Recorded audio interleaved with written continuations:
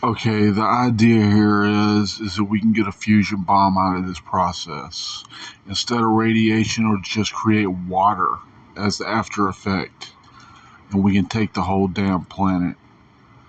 Well, the idea here is you're gonna take you're gonna synthesize your hydrogen 3, which is EV battery with a feed phosphoric acid and boron in the glass with electrolysis.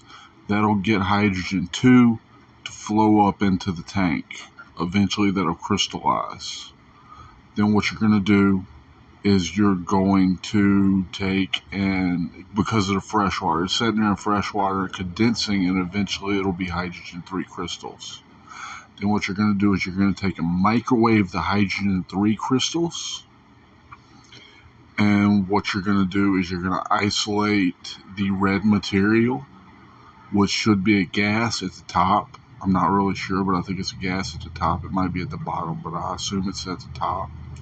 You're going to pull that off, and you're going to feed that into a second electrolysis machine, but this one's grounded.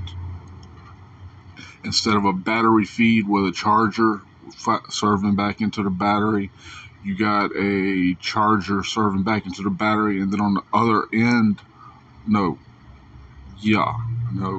you need electrolysis. You're gonna need electrolysis. So you got a little charge flowing back in. So you just have one CNF sheet, and on the end of that, there's a ground with a diode in it going straight into the ground.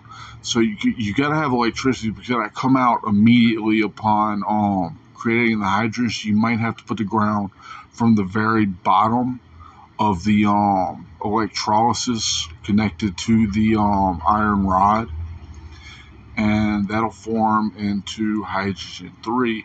And then you get this and you microwave that, and this will be a radioactive hydrogen 3 crystal. And what you're going to do is you're going to take that and you're going to put that in the centrifuge, but this time you're going to switch from microwaves to radio waves, and then you're going to centrifuge that. And when you're done, you should have either blue or green crystals.